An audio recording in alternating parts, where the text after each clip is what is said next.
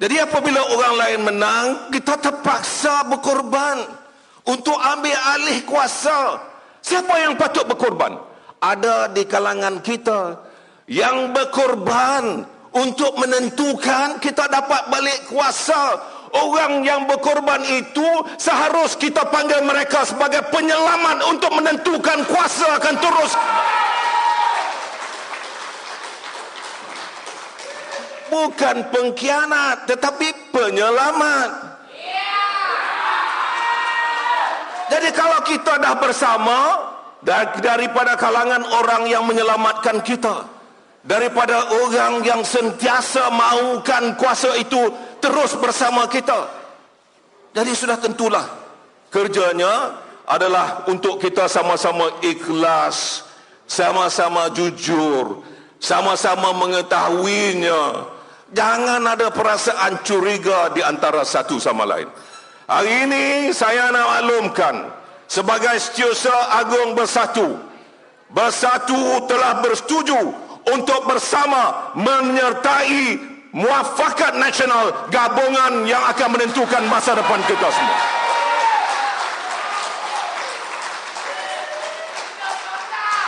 Ini jemputan. Jemputan daripada siapa? Jemputan daripada Barisan Nasional. Terima kasih banyak. Ini Setiausaha Agung angguk. Jemputan daripada Parti PAS. Terima kasih banyak. Dia angguk juga.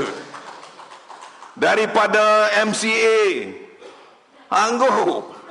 Daripada MIC. InsyaAllah pada mana-mana pilihan raya selepas ini yang akan kita sama-sama perjuangkan.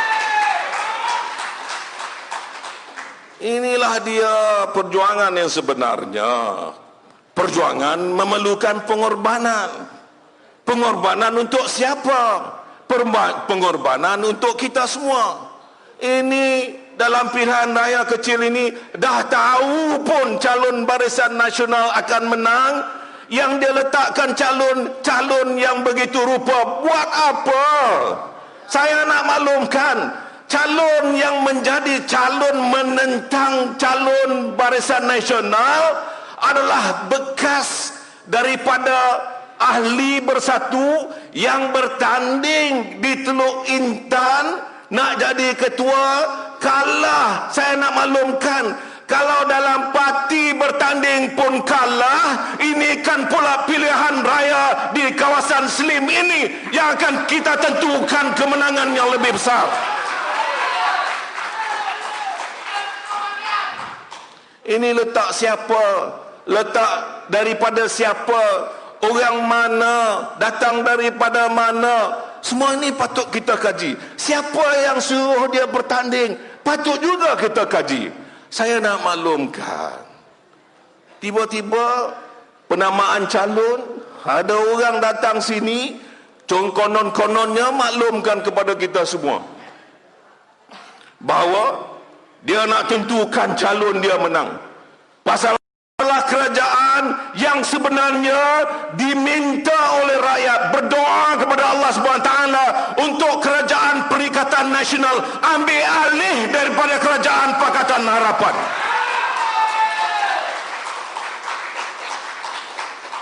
Siapa Perdana Menteri Pakatan Harapan? Kalau orang tu dah jadi Perdana Menteri selama 22 bulan, saya nak maklumkan, dia yang jemput saya menjadi ahli bersatu. Kenapa? Kerana nak memastikan bahawa Pakatan Harapan boleh didominasikan oleh pemimpin-pemimpin Melayu. Saya nak maklumkan, dia suruh saya buat Kongres Maruah Melayu. Dan permintaan beliau, saya lakukan dengan sebaik mungkin. Dalam Kongres Maruah Melayu, dia maklumkan bukan hanya dalam Dewan yang besar, tetapi juga di seluruh negara. Dia maklumkan bahawa kerajaan yang dipimpin oleh beliau ketika itu adalah kerajaan yang sudah kurang kemelayuannya. Ini kata-kata beliau dalam ucapannya, bukan kata-kata kita. Kemudian apabila terjatuhnya kerajaan tersebut, nak salahkan kita. Saya nak maklumkan, Tak ada siapa yang suruh dia letak jawatan. Yang suruh dia letak jawatan adalah daripada mereka, daripada parti PKR, daripada parti DAP, daripada parti DAP, daripada parti, kerana pressure yang begitu kuat daripada parti-parti DAP, Amanah, PKR. Itu yang menyebabkan dia letak jawatan. Kalau dah letak jawatan dan kita dah ambil alih, hari ini bukan hanya kita rakyat yang menyanjung tinggi akan apa yang telah pun dilakukan oleh Kerajaan Perikatan Nasional, tetapi dunia telah mengiktiraf bagaimana kita menangani pandemik COVID-19 sebagai sebuah negara yang paling cekap untuk menguruskan melawan pandemik COVID-19. Tahniah dan syabas kepada Kerajaan Perikatan Nasional. Kalau ini dah pun kita boleh lakukan, kita lakukan sebaik mungkin. Kita lakukan dengan menteri-menteri yang ada daripada gabungan kita semua dalam parlimen, walaupun dia daripada UMNO. Apa yang mereka maklumkan? Mereka mewakili Kerajaan Perikatan Nasional. Daripada PAS, mereka juga memaklumkan kepada kita dalam parlimen, mewakili Kerajaan Perikatan Nasional. Semua kita mengakui kita merupakan kerajaan mewakili Perikatan Nasional. Kalau itu telah kita umumkan, rakyat juga telah menerima Perikatan Nasional.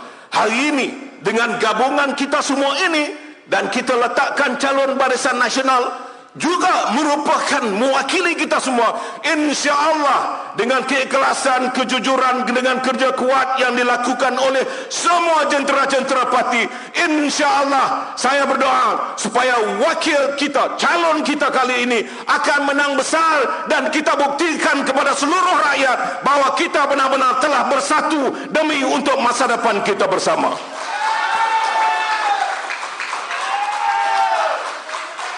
Inilah dia matlamat perjuangan kita, bukan untuk individu.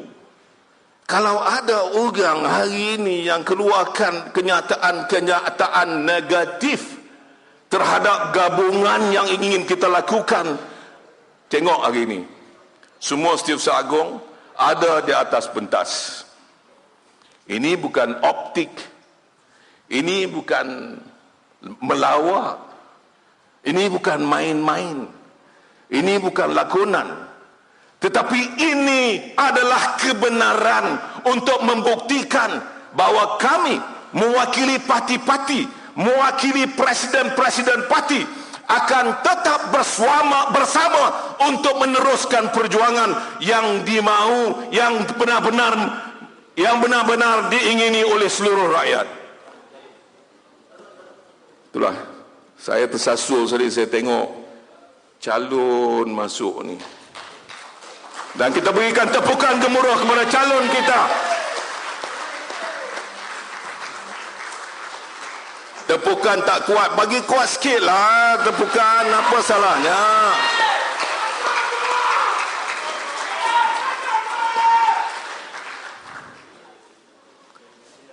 Ya? Ya. Naik atas calon, tolong naik atas.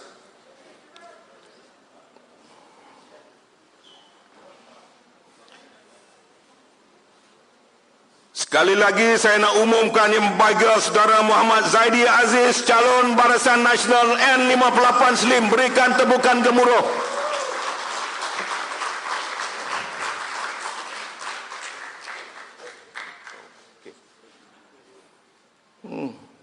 Kawan lama saya. Jadi boleh menang insya-Allah. Ini saya nak tanya semua pengundi-pengundi kawasan ni,